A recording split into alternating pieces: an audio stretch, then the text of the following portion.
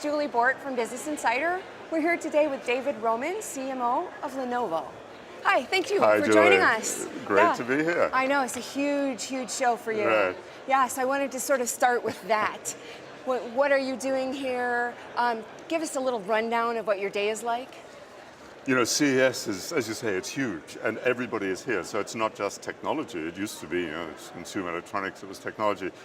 Our media partners are here, many of our distribution partners, customers are here, all of our technology partners are here. So it's a place where you have lots of business meetings, lots and lots of media, obviously. We have 5,000 media that's here. We announce products, we roll out products, we show new things, we try and strike some deals with some of our partners, some of our customers.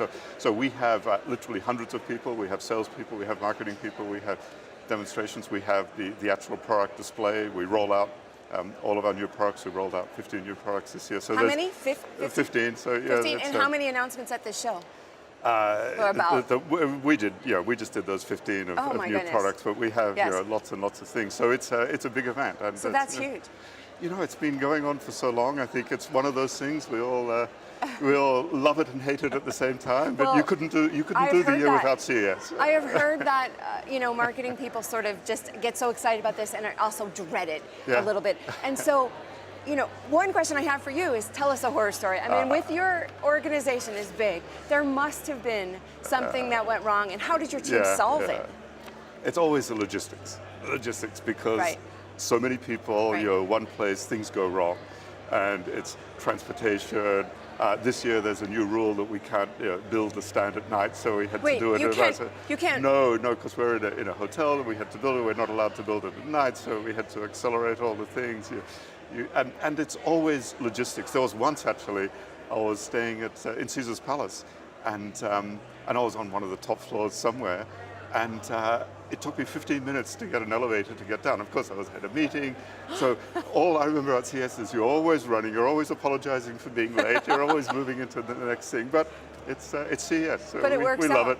But I heard that there was an even bigger horror story this year, that you had moved to, that you were at this space, that you're not in the main space, and the hotel gave you a crazy rule. Yeah, we basically, normally we do our build out over a certain period of time, and because we couldn't build at night, we just weren't ready to do it. So it's there's a last minute panic, the usual scrambling around. Everything always gets fixed.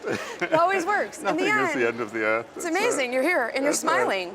Right. So tell me, a little bit about, this show for you. Like what technologies are you seeing? What are you sort of most proud about announcing? What's the big message you have this year? Yeah, I think what's really, really cool, just overall in terms of trend for the show, is this application of artificial intelligence, of AI. And I know it sounds very, very broad, very technical, but basically the notion that our devices increasingly can just know. They know who we are. They know what we're doing. They know the context in which we're doing things. They can understand our voice. They can understand our gestures. And just more and more, it makes the technology transparent. You don't even notice it anymore. I mean, we've seen with just voice recognition. I've been trying to do voice recognition for years and years. And we've been talking about my it forever. typing skills are terrible. And it's never really worked. Now voice recognition is perfect. On your smartphone, wherever you are, voice recognition has gotten so good that you're surprised when it doesn't recognize something. And when that happens, it becomes transparent. It just goes into the background. And for us as a technology company, that's what really makes a difference. So we announced a new product. Yeah, you had a big announcement. Yeah, we had one with Amazon. We're working with Amazon. With Alexa. On the Alexa, we've created our own version of the smart assistant. We have another smart storage device. Let me ask you about that. So now Alexa's everywhere, and they're just everywhere at the show. So you're another major announcement for them. How are you going to differentiate yourself in this? And how do you work on the marketing message? Yeah. Well, in this case, it's just a cool device. We put in a slightly better microphone, some better speakers. We have a partnership, with some great speakers, so the sound quality is a bit better. We've got some different colors. I mean, this is a consumer device. It's there. But I think more than that, we're looking at how we bring that recognition technology into other devices. We're looking at how we can just make all of our technology easier for users to use. And we think that the voice activation is just a great way to do it. It's very natural. People can do it very easily, so we're very interested in that. In China, of course, it means developing a lot of the software to work in China, Right. so we're working on that as well. In other countries, we'll do it. Lenovo always looks at global markets everywhere, but in the US, it's mainly the form factor differentiation. It's a little bit cooler, it's a little bit more interesting, works a little bit better, but we love the partnership with Amazon. So mobile is a big push for you guys now too. I mean, it's huge. You bought the mobility business from Google, and tell me a little bit about what you're doing here with the show, and just also how do you get your voice heard in sort of a crowded market? Well, that is the challenge. Right. As Right. marketing people, that's always the challenge. You're absolutely right. So last year we finalized the acquisition of the Motorola business, and we've relaunched the brand as Lenovo Moto, and the first product was the Lenovo Moto Z with the modular form factor, which is fantastic and doing very well, growing really a lot. well. But you're absolutely right. It's a space that is very big. It's very expensive, and being heard in that space is difficult. I think the key to it and what we're looking for is finding a unique space where we can really stand out. In the case of Moto Mods, we've got a smartphone that allows you to add a speaker, to add a Hasselblad camera, to add other things like that to it. So you get like every person to sort of customize their phone. It is, to a large degree it is, Yeah. and it's a unique position. And when you think about a market that's that big, where there are 1.5 billion smartphones sold in a year, even a niche of 2% of that market is a very big market in its own right. So one thing is that specialization. The other one is just trying to be a bit interesting, a bit cool. So we launched on TV in North America. We actually had a very provocative ad. We ran a print ad, believe it or not, in the digital age. You ran a print ad? We ran a print ad just for fun, and it was called Skip the Sevens. It was a bit tongue-in-cheek. We were looking at the 7 Sense of series humor. from some competitors that we won't talk about. And we wanted to show how we were doing something different, that we're sort of moving the industry. Got a lot of feedback. A lot of people loved it. Some people hated it. A lot of discussion. And in the social world, that's where you want to be. Create a bit of interest. It's okay that you get criticized. Of course we do. Yeah. To have people who love you, you need some people who really don't like you. And how do that's you handle great. that? I mean, great. how do you handle that? Do you try to address individual criticisms? Yes, of course. When it comes through social media and people are talking, absolutely. But I think it's more a recognition that as a brand, you want to occupy a certain space. You want to stand for something, and acknowledging that if you stand for something, there's going to be someone that says, "Well, I don't like that. I take a different position." I think differentiation is crucial. Ironically, our biggest issue is not the market. I think as marketers, I think we all face this issue. Right. Our biggest issue are our executives in the company who hate the fact that there's someone that doesn't like you. The sales team is always saying, "Oh no, we've got pushback here." I think a good, strong brand, a brand that really occupies a space very clearly, has people that love it and people who really feel pretty passionately against it, and that's a requirement. That's a must. But I think marketing people see it that way. Other executives in the company are not quite as relaxed about that. It's a lot of education. That's right. It's a lot of That's telling right. them it's going to be okay, Joe. That's really. right. Okay.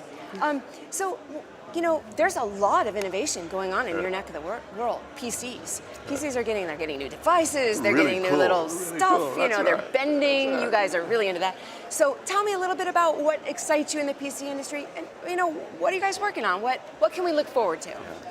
PCs is a big space. Sometimes people forget. You think of the automobile industry. There are about 100 million vehicles sold in a year, and within that, you've got large SUVs, you've got small open sports cars, Right. you've got a huge variety. I think people think of PCs and they think of PCs. That's not true, really. Within the PC space, there are massive gaming PCs with virtual reality headsets with things. There are tiny little tablets that allow you to do Everywhere. things. There's everything. Do you have to between. innovate in every one And of those I areas? think what we're looking at is where is the growth happening? Which are the areas? 2-in-1s, convertible PCs that go from tablets to PCs, huge growth. And so gaming PCs, big growth. We announced some new gaming PCs here at the show. We announced a new 2-in-1. There's a lot of growth in that space. And there are other spaces where things are slowing down. So innovation is what drives our business. And innovation is sometimes it's new form factors, Sometimes it's the fact that the battery life now goes to 15 hours, so that changes the way you use it. But I think PCs are as interesting as they've ever been, actually, and will Which is sort of continue that amazing. way. Like they're, Yeah, like they're right. coming back, maybe. So I do want to ask you too a little bit about innovation. In addition to being out here giving your message and talking about all these new announcements, your team is also tasked with going out and finding the next new thing, or helping discover stuff. So tell me a little bit about how that works, Well, and it's a tell me great about what you've point, seen. and Yeah. I think actually this is something that CMOs are seeing everywhere. That the role of the CMO in the C-suite is different than it was. I think a lot of our focus was on telling the story, communicating the message, being the stewards of the brand.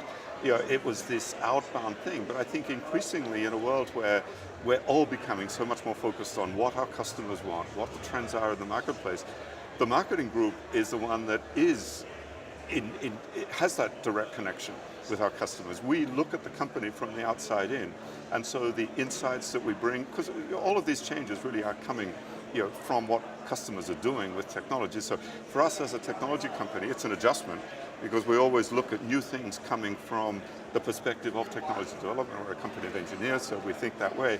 But at the same time, we're looking at what are people doing with our products, and merging those two is what really gives us the interesting products, the successful ones. So Give me a couple of examples. Are there, I mean, of course you're not going to, well, Yeah. please do reveal your deep dark secret, that would be great. But if you don't want to go that far, just give me a couple examples of Well, what you're an interesting one actually is a product that we rolled out recently, the Yoga Book. And the Yoga Book Right. is a tablet. It's a tablet that has a keyboard, but it's not really a keyboard, it's a screen. It allows you to use it as a keyboard and use it as an input device. And the insight was that what we are seeing is kids, young people, were using tablets obviously to consume media and do things, but then when they had to actually do their homework or produce things, they would still use the same tablet. And they would use the soft keyboard, and a tablet is not a very good device to create content. Yeah, it's hard. And so we found that rather than saying, okay, well, you should use a PC to create the content, we say, well, could we do to make the tablet into a content creation device as well as a content consumption device, still keep the same form factor of the tablet, but just use new technology to do it in a different way.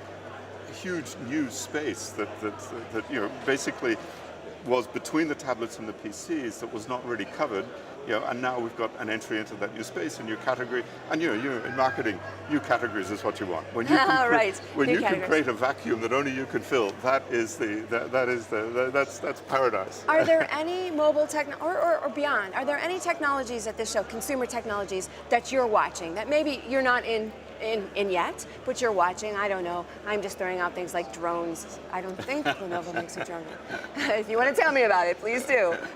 Or are there anything coming up that you're watching? Well, as a user, I love drones, I love cars, I love anything. No, I tell you, the thing that we're really looking at is the interaction with the technology. Love all of these things that artificial intelligence enables in terms of gestures, in terms of voice activation. And we see that the next big shift in technology is going to be 5G. When we have 5G where basically all of your devices, whatever you have, is persistently connected at high speed, then the thing that's going to slow us down is how can we actually drive all of those devices, control them. So this whole thing of how we interact with technology is crucial. So we're really interested in some of the cool things that people are doing with just interacting with technology, even things that are sort of different outside our space, like the Lego thing of how you can enable kids to program. Right. With it. Those different concepts actually for us are really, really cool. We love to see that. Awesome, great. Hey, thank you so much for your time. Thank It's been you. a pleasure. Great to be here.